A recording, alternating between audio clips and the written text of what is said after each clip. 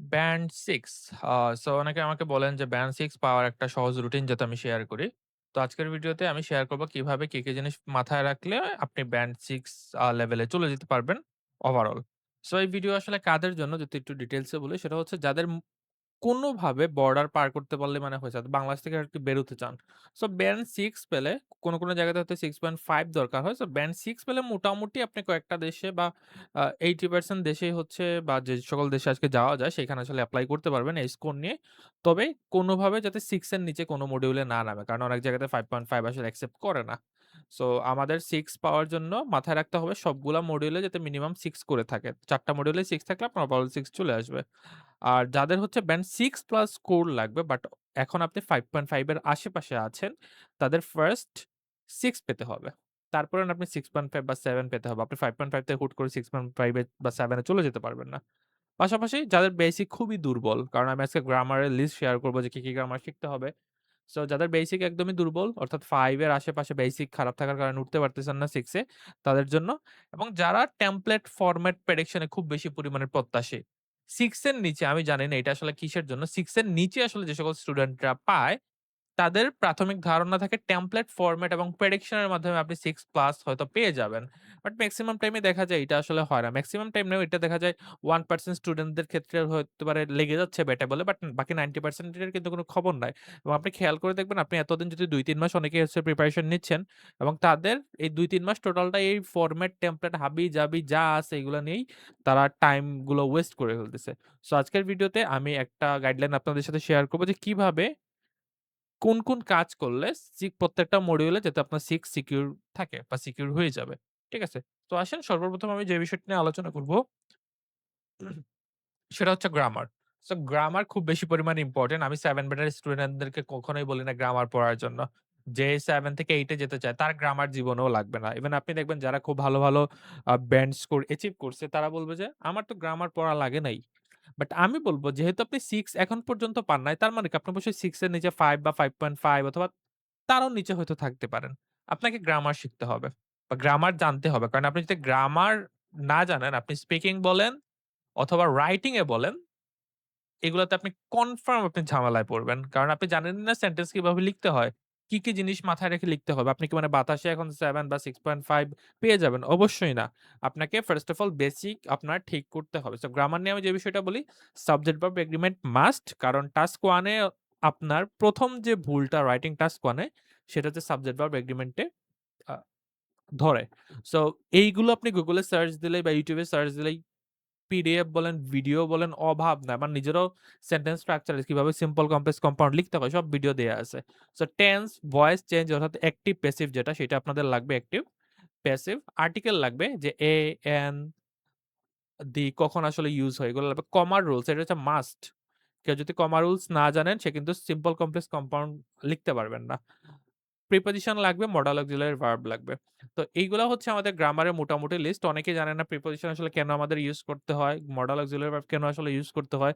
প্রিপোজিশনের কাজ হচ্ছে যে একটা জিনিসের বা একটা বিষয়ের বা একটা বস্তুর লোকেশন আসলে কোন জায়গাতে বা এটার পজিশনটা আসলে কি বা কানেকশনটা আসলে কি অর্থাৎ অবস্থান, কানেকশন এই জিনিসগুলো বুঝাইতে আসলে প্রিপোজিশনের দরকার হয় অবস্থান বুঝাতে। আর মডাল অক্সিলারি ভার্ব দরকার হয় যে একটা বিষয়ের ভাব কতটুকু? যেমন মাস্ট হচ্ছে অবশ্যই, শুড হচ্ছে অবশ্যই, হ্যাভ টু হচ্ছে অবশ্যই। সবগুলোর মানেই তো কি মানে বাধ্যতামূলক বুঝাচ্ছে। সো এই জায়গাগুলোতে আসলে পার্থক্য কি? এই জিনিসটা হচ্ছে আপনি মডাল অক্সিলারি ভার্ব পড়লে বুঝতে পারবেন। তো কথার মধ্যে বা লিখার মধ্যে এই জিনিসগুলো থাকা ইম্পোর্টেন্ট। সেগুলো একটু Google থেকে পড়ে নিবেন। আমার নিজেরও গ্রামারের ভিডিওগুলো দেয়া আছে। চাইলে দেখতে পারেন। অনেকে জানেন না যে কই থেকে দেখতে হবে। ভাই এই যুগে আসার পর যদি কই থেকে দেখতে হয় এটা যদি এখন পর্যন্ত আপনি না জানেন কিভাবে হবে? এখন আপনি যে জায়গায় আমার ভিডিওটা দেখতেছেন আমার চ্যানেল তো পাচ্ছেন। চ্যানেলে ঢুকেন। চ্যানেলে ঢোকার পর দেখবেন প্লেলিস্ট লিখা একটা অপশন থাকে।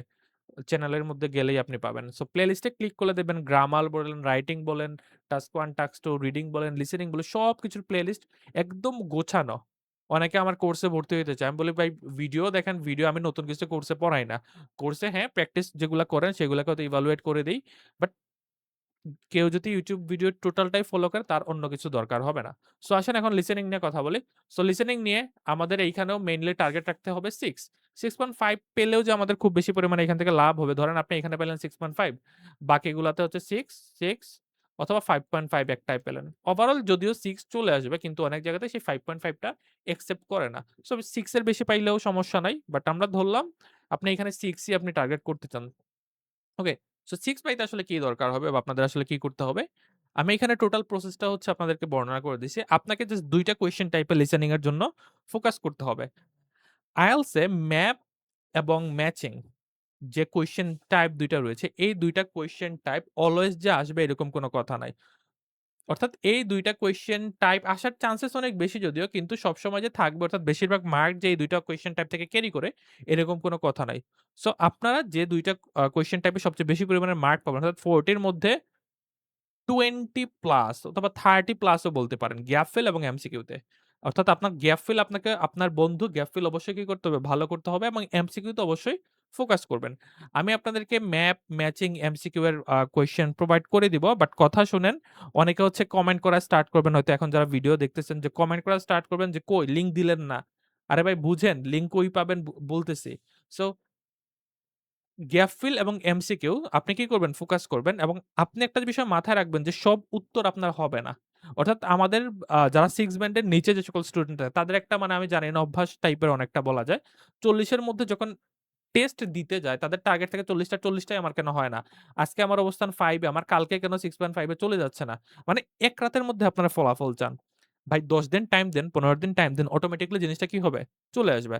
আর কোন ধরনের এক্সকিউজ দিবেন না। লিসেনিং এ আমাদের এক্সকিউজ হচ্ছে বা আপনাদের এক্সকিউজ থাকে যে এই অ্যাকসেন্ট টা ব্রিটিশ, এই অ্যাকসেন্ট টা হচ্ছে অস্ট্রেলিয়ান, এইটা আমেরিকান অ্যাকসেন্ট, এই স্পিড ফাস্ট এইটা সেটা হাবিজাবি। আচ্ছা ভাই একটা জিনিস আমারে বুঝান তো।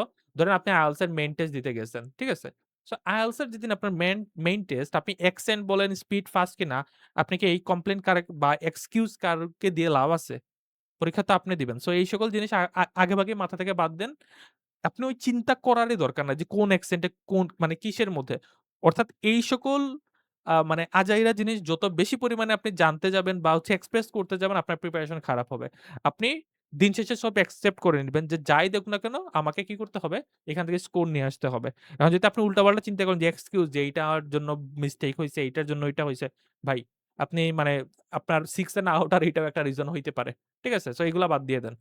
আর আগে ক্যামব্রিজ পরে ক্যামব্রিজ। আপনারা কি করেন আমারে অনেকে গিয়ে মেসেজ দেন যে, "আমার তো ক্যামব্রিজ শেষ, এখন কি করব?" সো যদি ক্যামব্রিজ শেষ হয়ে যান, আবার ধরেন যাদের ক্যামব্রিজ শেষ না, আমি তাদেরটা বলি। যাদের ক্যামব্রিজ শেষ না, তাদেরকে বলব ক্যামব্রিজ এনালাইসিস মাস্ট। আপনি এনালাইসিস করবেন। একটা টেস্ট দিয়ে ফেলছেন ওই টেস্টটাকে এনালাইসিস করেন। প্রত্যেকদিন একটা, একটা করে টেস্ট দিয়ে আপনার কোন লাভ নাই। কারণ আপনি প্রত্যেকদিন টেস্ট দিচ্ছেন। আপনার ধরেন ক্যান্সারের রোগী আপনি। ক্যান্সার হইছে আপনার। ঠিক আছে? আপনার ক্যান্সার হইছে, এখন আপনি ক্যান্সারের চিকিৎসা না করে প্রত্যেকদিন একবার, একবার করে টেস্ট দিতেছেন। তাতে ক্যান্সার বা 5.5 তো আপনার প্রত্যেক দিনই আসবে। কারণ আপনি তো ক্যান্সারের রোগী তো সবাই জানে। আপনি নিজেও জানেন আপনি 5.5 সো আপনাকে ক্যান্সারের আগে ট্রিটমেন্ট করতে হবে। ট্রিটমেন্ট করার পর একটা টাইমের পরে গিয়ে আপনাকে কি করতে হবে? টেস্ট দিতে হবে। এখন ট্রিটমেন্ট গুলা কি? ৪০ টা ম্যাপ, ৪০ টা ম্যাচিং এবং ৪০ টা এমসিকিউ। টেলিগ্রামে আমাদের দেয়া আছে। তবে টেলিগ্রামে আমাদের মানে ১,০০০ প্লাস হতে পারে ম্যাটেরিয়ালস আছে। আপনারা গিয়ে ঢুকে বলেন যে, "কই ভাই ম্যাটেরিয়ালস তো পাই না।" আরে ভাই ম্যাটেরিয়ালস কি সব লাইন কি একসাথে থাকে নাকি? ধরেন আমি Facebook এ আজকে একটা পোস্ট দিলাম। ১০ দিন আগের পোস্ট কি আপনার সামনে আসবে? সো এটা খুঁজে বের করতে হবে। আপনি হয় আমাদের টেলিগ্রামে গিয়ে সার্চ দিবেন অথবা যে কাজটা করতে পারেন আমাদের যে WhatsApp নাম্বার সেইখানে হচ্ছে 01623 581 ঠিক আছে? 0162399 581 সরি 999 581 সো এই নাম্বারে কি করবেন আপনারা হচ্ছে নক দিলে আপনাকে একটা পিডিএফ প্রোভাইড করে দিব আমরা। সো পিডিএফ এর মধ্যে এই ম্যাপ ম্যাচিং এমসিকিউ এর কোয়েশ্চেন এর লিঙ্ক গুলা দেয়া থাকবে আপনার জন্য অর্গানাইজ করা। সো আপনি ওইগুলা লিঙ্কে ক্লিক করলে টেলিগ্রামে কি করতে পারবেন? দিতে পারবেন। ঠিক আছে? এখন আসেন ওয়েবসাইটে এখানে কিছু দেয়া আছে আপনাদের জাম্প ইন্টো আমাদের resultsbd.com এর website, IELTS test simulation, IELTS training online. এইগুলাতে আপনি চাইলে টেস্ট দিতে পারেন আপনার যে জায়গাতে ভালো লাগে। জাম্প ইন্টোতে হচ্ছে তো আপনার ক্যামব্রিজ পাচ্ছেন ফ্রিতে। তবে কিছু, কিছু জায়গায় সিরিয়ালস এর মতো না। resultsbd-তে আপনি ক্যামব্রিজের বাইরেও অন্যান্য বা আমাদের যে ওয়েবসাইট ক্যামব্রিজের বাইরেও আরো ২০ টার মতো করে টেস্ট পাচ্ছেন। IELTS এর সিমুলেশনে হচ্ছে ক্যামব্রিজের টেস্ট, IELTS ট্রেনিং অনলাইনে কিছু টেস্ট পাবেন যদিও এটা ক্যামব্রিজ মানে কেমব্রিজ না বলতে IELTS এর মেইন টেস্টের মতো না। আ সিডিআইএলস এর। সো কিন্তু এক্সট্রা কোয়েশ্চেন গুলা পাবেন। সো এখান থেকে আপনারা প্র্যাকটিস করতে পারেন আপনারা চাইলে। ফ্রি আছে এই ওয়েবসাইট গুলা। ঠিক আছে? সো এগুলো হচ্ছে দেখতে পারেন। সো এই হচ্ছে লিসেনিং এর বিষয়। লিসেনিং নিয়ে অনেক আলোচনা করলাম। এখন রিডিং নিয়ে। সো আমাদের আগে লিসেনিং এ 6 তো আমাদের রিডিংও কি লাগবে? 6 লাগবে। বাট আমি যদি ৪ টা মডিউলের কথা বলি, ৪ টা মডিউলের মধ্যে সবথেকে ঝামেলা আপনারা ফেস করেন হচ্ছে রিডিং এ। রিডিং এর ঝামেলা ফেস করার কিছু রিজন আছে। I know যেহেতু স্টুডেন্ট অনেকদিন ধরে পড়াই, আইডিয়া মোটামুটি আছে। যে কি টাইপের ঝামেলা। বাট ঝামেলা যাই থাকুক না কেন আপনাকে ফার্স্ট অফ অল আপনার লেভেল বুঝতে হবে। যে আপনি 5 পাইছেন, ঠিক আছে। না আমারে বলেন তো ভাই আপনার প্রবলেমটা কই? 5 আপনি কেন পাচ্ছেন? এইটার যদি অ্যান্সার আপনার কাছে না থাকে যে আমি 5 প্রত্যেকদিন আমি ৫ পাই। কেন পাচ্ছি আমি জানি না। তাইলে ভাই আপনি ৫ কেন? ১ মাস পরে ২ মাস পরে আপনি ৫ এ থাকবেন। সো আপনাকে কি করতে হবে? আপনাকে ফার্স্ট অফ অল আইডেন্টিফাই করতে হবে আপনার ২ টা প্রবলেমের স্টুডেন্টরা আসলে তারা স্কোর বুস্ট আপ করতে পারে না। একটা হচ্ছে তারা হয় বাংলা বুঝে না অথবা তারা লোকেশন ট্র্যাক করতে পারে না যে কোথায় আসলে লোকেশন। এবং যখন লোকেশন চেক করতে পারেন, আমি আপনাদেরকে একটু আগেও বলছি যে ক্যান্সারের রোগী যদি প্রত্যেকদিনকে ক্যান্সারের টেস্ট করান, কোন ধরনের কোনো কি নাই, কোন ধরনের কোনো লাভ নাই। সো আপনি যদি বাংলা না বুঝেন, আপনার যদি অসুখ হয় যে বাংলা না বুঝার সমস্যা, লোকেশন ধরেন খুঁজে পান। বাট লোকেশনে গিয়ে অনেক সময় হয় না যে গ্যাপ ফিল অ্যান্সার। সবাই কিন্তু গ্যাপ ফিল সবথেকে ভালো পারেন। গ্যাপ ফিল এর মধ্যে দেখা যায় কি যে গ্যাপ ফিল বুঝতেছেন এই লাইনে বাট উত্তর কোনটা হবে এইটা আপনি কি করতেছেন না, ফাইন্ড আউট করতে পারতেছেন না। সো ওই টাইমটাতে আপনাকে কি করতে হবে? তার মানে কি আপনার লোকেশনে আপনার প্রবলেম না। আপনার প্রবলেম হচ্ছে আপনি মিনিং ই বুঝতেছেন না। ভাই মিনিং যদি না বুঝেন আপনি 6 পাওয়া আপনার জন্য টাফ। যে সকল আনপাবলিক বা যে সকল কি বলবো YouTube বা Facebook এ অনেক টাইপের আপনারা ভিডিও দেখেন যে এইটা স্ক্যান করে যাও তাইলে আমার কাছে কোর্স করলে তুমি এইটাই পেয়ে যাবে। ভাই যদি আসলে এইভাবে হইতো সবাই বা আপনি এখন পর্যন্ত আমার ভিডিও দেখতেন না। কারণ আমার ভিডিও হচ্ছে আইসিইউর রোগীরা দেখে। আমি আমার ব্যাচের মধ্যেও বলি যে আইসিইউর রোগী স্টুডেন্ট গুলা আমি পাই। কেন পাই? কারণ আইসিইউর স্টুডেন্ট গুলা হচ্ছে আগেও কোথাও কোর্স করে আসছে এবং দেখছে যে ১ম দিকে বা ইনিশিয়াল পর্যায়ে প্রিপারেশন টাইম এ তাদের তারা ভাবছে যে স্ক্যান করেই হয়তো সবগুলা অ্যান্সার মানে ইজিলি কি করা যাচ্ছে? পিক করা যাচ্ছে।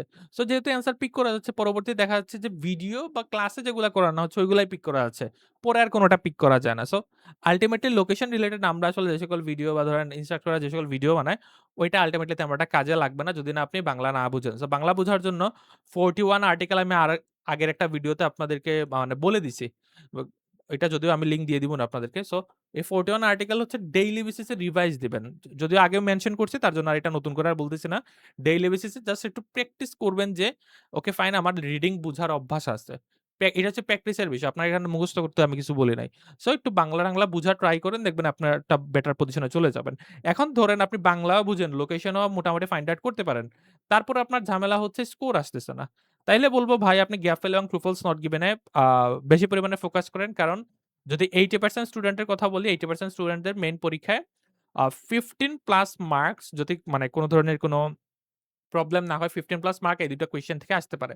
সাধারণত ক্যামব্রিজ যদি আপনি ফলো করেন, সেইখানে প্যাসেজ 1 এ 13 আর এর বাদে যতগুলা কোয়েশ্চেন থাকে, সেইগুলা থেকে আরো ৪-৫ মার্কের আসতে পারে।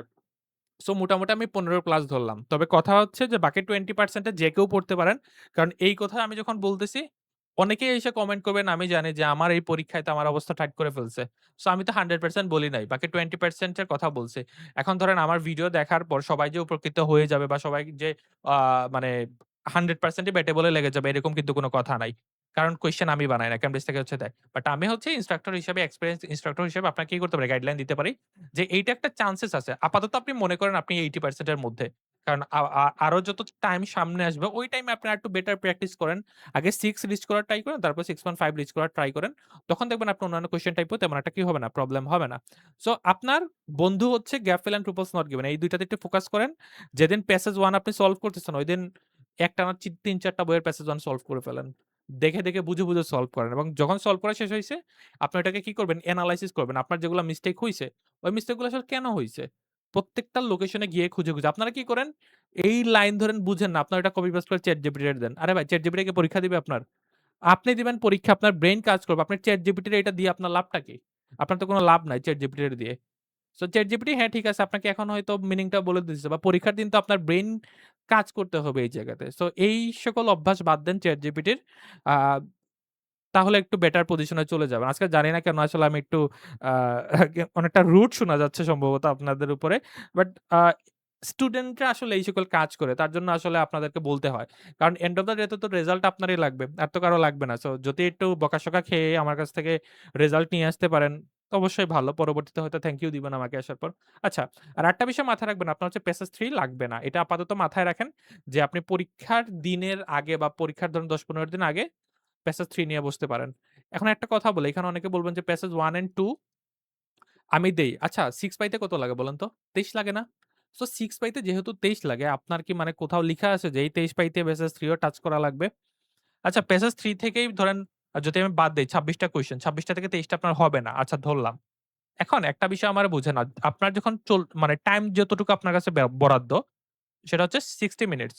সো 60 মিনিটস এ আপনি জানেন আপনার প্যাসেজ 1 এবং 2 এর অবস্থা খুবই খারাপ।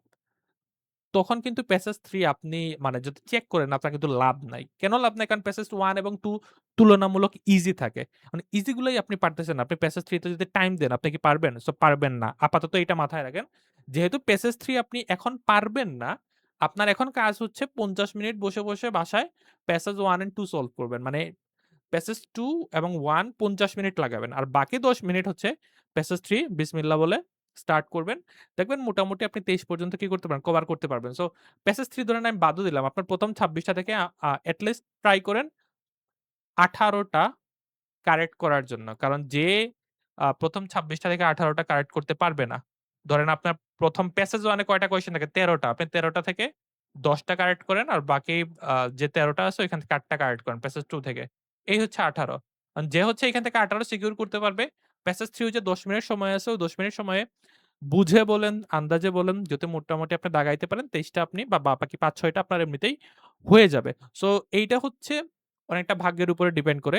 বাট আমি যদি একদমই টেকনিক্যালি বলি যে আপনি প্যাসেজ 3 টাচ করতে চাচ্ছেন। এখন অনেকেই বলতে পারেন যে আমি প্যাসেজ 3 টাচ করব। টাচ করেই আমি আরো বেশি স্কোর পেতে চাই। তাইলে আমি বলি আগামী কয়েকদিন আপনি প্যাসেজ 3 আগে সলভ করেন। অনেকে এরকম হয় না যে বুঝে যদি আমি সলভ করি সেক্ষেত্রে টাইম ধরে করলে বা টাইম ছাড়া করলে আমার অনেক বেশি হয়। কিন্তু যখনই টাইম ধরে করি তখন হচ্ছে আমার কি আসে না স্কোর আসে না। তখন আমি বলি আপনি প্যাসেজ 3 আগে করেন, দেন প্যাসেজ 2 করেন, দেন প্যাসেজ 1 করেন। এই স্ট্র্যাটেজিতে আপনারা আগামী ১ সপ্তাহ আগান। আগামী ১ সপ্তাহ প্যাসেজ 3 দেন প্যাসেজ 2 দেন প্যাসেজ 1 করেন। আপনার স্কোর বুস্ট করবে। কারণ প্যাসেজ 3 তে আসলে যে পরিমাণে এনার্জির দরকার হয় প্যাসেজ 1 আসলে করার পর ওই টাইপের এনার্জি আসলে থাকে না। সো আপনি যখন আপনার এনার্জি আছে, ধরুন আপনি সকালে ঘুম থেকে উঠলেন, উঠেই প্যাসেজ 3 দিলেন আগে। তারপরে প্যাসেজ 2, তারপরে প্যাসেজ 1। আর প্যাসেজ 1 তো ইজি। তখন কিন্তু এনার্জি আপনার এমনিতেই কম। সো এনার্জি যেহেতু কম, ইজি জিনিস আপনি কি করতে পারবেন? পিক করতে পারবেন। আর যখন এনার্জি খুবই স্ট্রং বা খুবই ভালো পরিমাণে আছে, ওই সময় প্যাসেজ 3 করে ফেলবেন। প্যাসেজ 3, প্যাসেজ 2 দেন প্যাসেজ 1। বাসায় কয়েকদিন ট্রাই করেন। যদি দেখেন এইটা আপনাকে আসলে হেল্প করতেছে, আপনি এক্সামের দিনেও এইটা কি করেন? এপ্লাই করতে পারেন।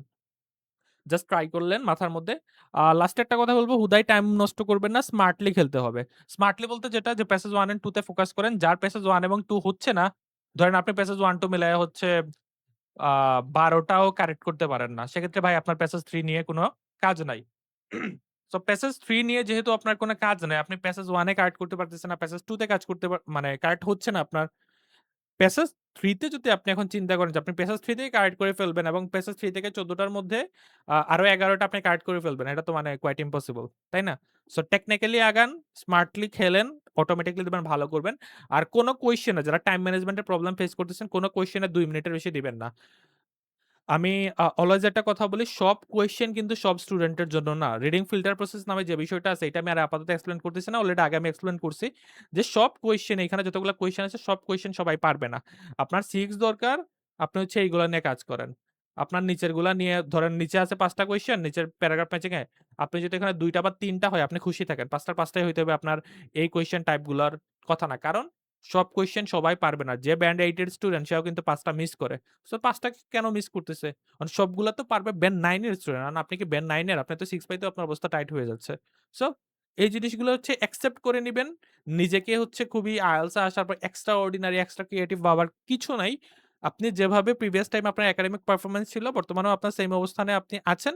বাট আপনি স্মার্টলি কি না করে মানে স্মার্টলি প্র্যাকটিস না করে আপনি ব্রেইন ওয়াশড হয়ে মনে করতেছেন যে ভিডিও আজকে একটা দেখছি তার মানে কি আজকে একদম উড়াই ফেলবো। ঠিক আছে? সো এরকম কিছু না। আশা করি বুঝতে পারছেন। এখন রাইটিং নিয়ে কথা বলি। রাইটিং এ গ্রামার দরকার একটু আগে আমি আপনাদেরকে বলছি।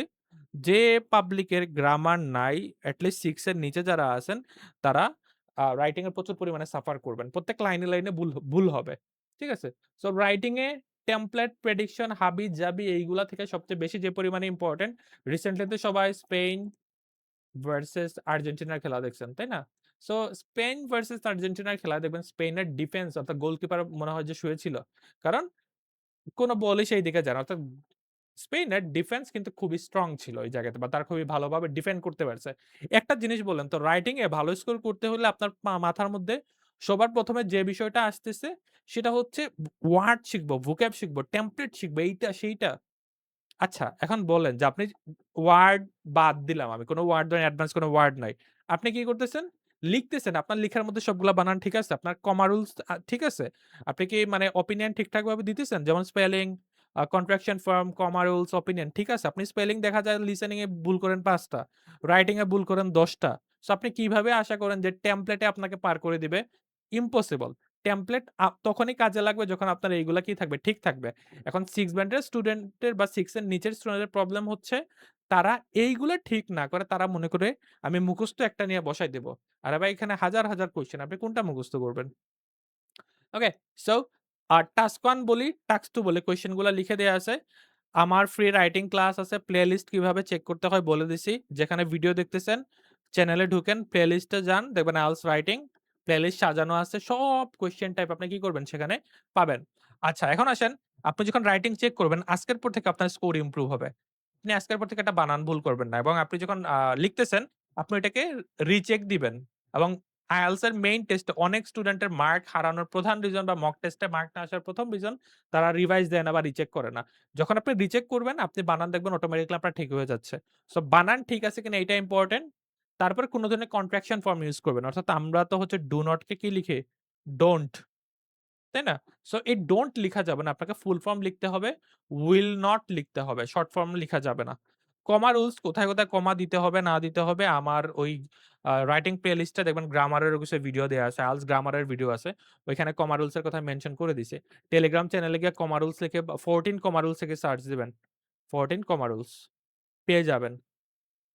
আর টাস্ক 2 তে যে বিষয়টা আমি বলে রাখি আপনারা এত পরিমাণে টেমপ্লেট ইউস করেন ভাই বিশ্বাস করেন সব কোয়েশ্চেন এ কিন্তু ওপিনিয়ন চায় না। আর আপনি যদি না বুঝেন যে আপনার আসলে কোনটাতে ওপিনিয়ন চাইছে, ধরেন আপনার একটা কোয়েশ্চেন ওপিনিয়ন চাইলো। আপনি কি করলেন? ওপিনিয়ন দিলেন না। তো আপনারে মার্ক দিবে? বা ওপিনিয়ন চায় না, আপনি ওপিনিয়ন দিয়ে বসে আছেন। কারণ আপনি ওই যে মুখস্থ করছেন একটা টেমপ্লেট এবং এত কিছু করার পরে আপনি অলরেডি আমি মানে এইটুকুই আশাবাদী যে ২-৩ মাস অনেকেই স্পেন্ড করে ফেলছে। হয়তো ২-৩ মাস আগে আপনার ইচ্ছা ছিল 7 পাবো, 8 পাবো, আ আমার এত লাগবে, এত লাগবে। কিন্তু এখন দেখা যাচ্ছে ২-৩ মাস পরে এসে মানে তীরে এসে তরি ডুবার মতো অবস্থা। আপনার নৌকা ডুবে যাচ্ছে একদম মানে নদীর পাড়ে এসে যে স ডেডলাইন ও শেষ হয়ে যাচ্ছে বাট আপনার স্কোর 6 ও আপনি হিট করতে পারতেছেন না। এইটার একটাই রিজন যে এতদিন শর্টকাট খুঁজছেন। আগে 7 এর টার্গেট ছিল এখন 6 নিয়ে টানাটানি। সো ভাই যা হওয়ার হইছে এখন আপনাদের একটাই টার্গেট 6 পাইলে আপনি দুনিয়ার মোটামুটি সব দেশেই কি করতে পারবেন? যেতে পারবেন। যাতে রিকোয়ারমেন্ট ফুলফিল করতে পারেন। ঠিক আছে? সো আপাতত 6 এই থাকেন। 6 এর ধরেন 6.5 আপনার লাগবে। আগে 6 রিচ করতে হবে তো। তারপরে না 6.5 সো 6 আগে আপাতত টার্গেট রাখেন। আর কিছু লাগবে না। রাইটিং এর ভিডিওগুলা দেখেন। ফ্রিতে ভাই সব দেয়া আছে। বাকিটা হচ্ছে আপনার ইচ্ছা। স্পিকিং মডিউল নিয়ে কথা বলি। স্পিকিং মডিউল নিয়ে এখানেও কি লাগবে আপনার? 6 লাগবে। এখন 6 লাগবে ঠিক আছে। কিন্তু আপনারা ২-৩ মাস পড়ার পরও পরীক্ষা যখন দেন 5.5, 5 4.5 এখন কথা হচ্ছে এইগুলো আসলে কারা পায় এই জিনিসটা আপনারা বুঝতে হবে। সো কারা পায় এই জিনিসটা যদি আমি বুঝাই, 5 পাবে হচ্ছে ওই সকল স্টুডেন্ট যারা হচ্ছে মোটামুটি নাম ঠিকানা বলে দিয়ে আসতে পারছে। কিউ কার্ড এবং পার্ট 3 তে মোটামুটি অ্যান্সার ভুল না করে কথা বলে দিয়ে আসতে পারছে। 5.5 ও অলমোস্ট কাছাকাছি যে আপনি আপনার পার্ট 1 এ ভালো করছেন। পার্ট 2 তে আ থেমে, থেমে বা মামলিং দিয়ে কথা বলছেন। তার পরবর্তীতে পার্ট 3 তেও মোটামুটি শর্টকাটে বা কোনভাবে বুঝাই দিয়ে আসতে পারছেন। তারা 5.5 6 পাইতে আপনার কি লাগবে? এখন আমি এটা বলি। 6 পাইতে হচ্ছে আপনার যে বিষয়গুলো লাগবে আমি পুরো সাইডে আপনাকে দেখাই। ফার্স্ট অফ অল মাথা থেকে সরাই ফেলতে হয় যে পিডিএফ পড়ে আপনি ভালো রেজাল্ট করতে পারবেন না। স্পিকিং এর বিষয়টা হচ্ছে আমি যে আপনাদের সামনে কথা বলতেছি, অনর্গল কথা বলে যাচ্ছি। আর না আমি যদি সারাদিন বসে বই পড়ি যে ওকে ঠিক আছে এইভাবে, এইভাবে করলে অর্থাৎ অনেকটা সাঁতার শিখার মতো। যে বই পড়লাম কিভাবে সাঁতার শিখতে হবে বাট পানিতেই নামলাম না। সো আপনি কি করতেছেন? পিডিএফ পড়তেছেন সারা জীবন বসে vocab পড়তেছেন, এইটা পড়তেছেন, সেইটা পড়তেছেন, কথাই বলতেছেন না।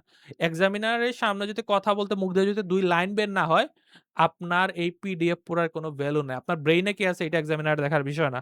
সো ডাব্বা বসায় দিবে আপনার এই স্পিকিং এর সাথে। সো স্পিকিং কি করতে হবে? পিডিএফ-টিডিএফ বাদ দিতে হবে, টেমপ্লেট-টুমপ্লেট বাদ দিয়ে দিতে হবে।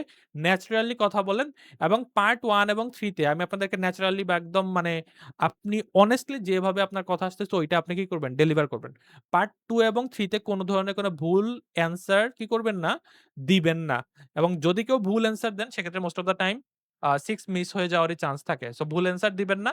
এবং আরেকটা কথা বললাম যে আপনারা যখন টেমপ্লেট বা হাবিজাবি পড়ে পরীক্ষার হলে বসেন, তখন প্রবলেমটা কি হয়?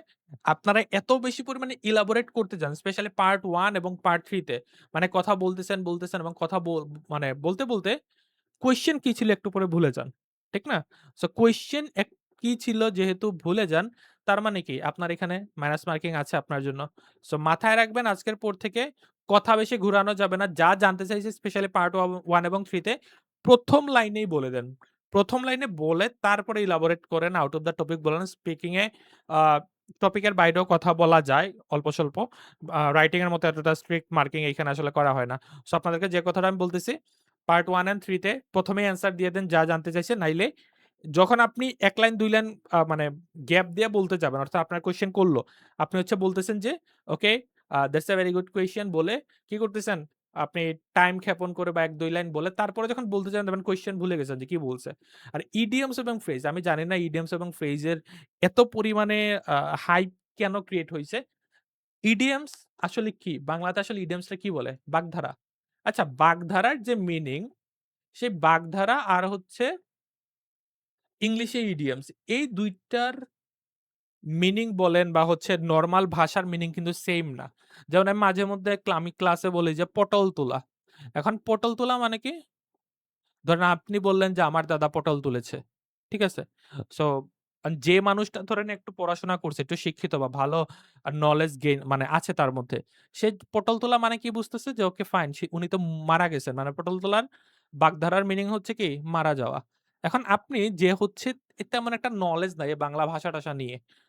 মানে আপনি গিয়ে বলছেন তো আমার দাদা পটল তুলছে। কারণ কি উনি কি মনে করবে? উনি বুঝবে যে আপনার দাদা হয়তো জমিতে গিয়ে কি করছে? পটল তুলে নিয়ে আসছে। ইংলিশের বিষয়টাও এইরকম। ইডিয়মস আপনি ইউস করতেছেন ফাইন। আপনার লেভেল কই? আপনার লেভেল হচ্ছে 6 এ। এখন বলেন তো এই কথার মর্ম বুঝার যে স্টুডেন্টের ক্যাপাবিলিটি আসলে থাকুক বা না থাকুক, তাকে তো এটলিস্ট নলেজ থাকতে হবে। এখন আপনার লেভেল যদি 5, 5.5 এ থাকে, আপনি প্রত্যেকটা লাইন বাই লাইন মানে ইডিয়মস ফ্রেজ দিয়ে উড়াই ফেলতেছেন। এটা কি আদৌ কখনো যুক্তিযুক্ত? কারণ যে স্টুডেন্টের 5.5 তার তো ওই পরিমাণ নলেজ থাকার কথা না, যদি না সে মুখস্থ না করে। আমি আবারও বলি মেমোরাইজ করলে কিন্তু ঝামেলা। সো মেমোরাইজ যদি এক্সামিনার বুঝতে পারে যে আপনি মুখস্থ করে চলে আসছেন তখন কিন্তু আবার ইডিয়মস ফ্রেজ ইউস করে মার্ক পাবেন না। সো খেয়াল করে দেখেন 5.5 লেভেলে থাকা অবস্থা আপনি যখন এই টাইপের ইডিয়মস গুলা ইউস করতেছেন এক্সামিনার তখন বলবে যে, "আরে বাবা এই স্টুডেন্টের এত পরিমাণে নলেজ বা এত পরিমাণে ভাষার দিক থেকে সে জানে। তার মানে তো সে 5.5 এ থাকার কথা না।" কিন্তু দেখা যাচ্ছে আপনার মানে গ্রামার ঠিক নাই, কথা মানে মামলিং হচ্ছে। তার মানে উনি ঠিকই বুঝে ফেললেন যে ওকে এত যেহেতু ইডিয়ম ফ্রেজ বলতেছে, কথা বলতে পারতেছে না, গ্রামার মিস্টেক তার মানে কি স্টুডেন্টের আদৌ লেভেল ওই লেভেলে কি না? নাই। সো যেহেতু নাই তার মানে কি আপনি মেমোরাইজ করে আসছেন এবং মেমোরাইজ করার কারণে আপনাকে কমায় দিবে স্কোর। মানে ডাব্বা। সো ইডেন্স ফ্রেজ কয়টা ইউস করবেন আমি বলি যদি মানে 6 পেতে চান, 6 এ আপনি ১ থেকে ২ টা সর্বোচ্চ বা ১ টা ইউস করতে পারেন। ধরেন আপনি 6.5 লেভেলে চলে যেতে চান। ইডিয়ম ফ্রেজ ইউস করলেই যে যাবেন এরকম কথা নাই। বাট মোটামুটি আপনি যখন বুঝতেছেন যে আমি এখন স্টেবল 6.5 এ। সো তখন আপনি ইডিয়ম ফ্রেজ ২ থেকে ৩ টা ইউস করতে পারেন বা আননোন ওয়ার্ড। আননোন ওয়ার্ড এর বিষয় যদিও আলাদা। এইটা আমি 6 ব্যান্ডের স্টুডেন্টদেরকে সাজেস্ট করব না। যে আননোন ওয়ার্ড এর দিকে এখন বেশি পরিমাণ ফোকাস করেন। কারণ 6 এর নিচের স্টুডেন্টদের ফার্স্ট প্রবলেম হচ্ছে ফ্লুয়েন্সি।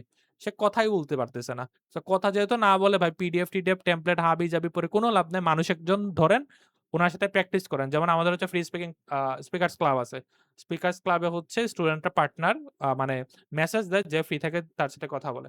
সো আমাদের হচ্ছে নাম্বার 01623 999 581 এই নাম্বারে যদি মেসেজ দেন এবং আমি বারবার বলি মেইল এবং ফিমেল গ্রুপ কিন্তু আমাদের আলাদা।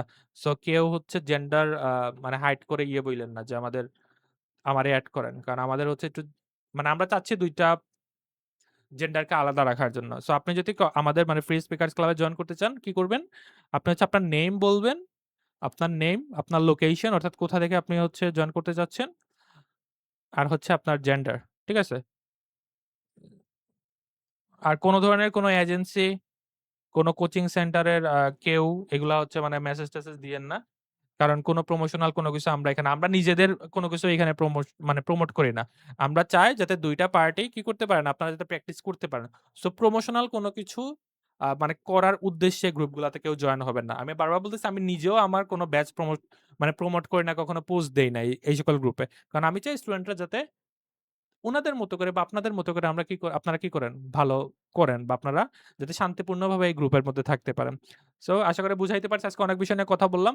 এখন যদি বলি কখন কি আসলে শেষ করবেন? সকালে ভাই উঠবেন। আমি জানি রিডিং এ আপনাদের খুব প্যারা দিবে।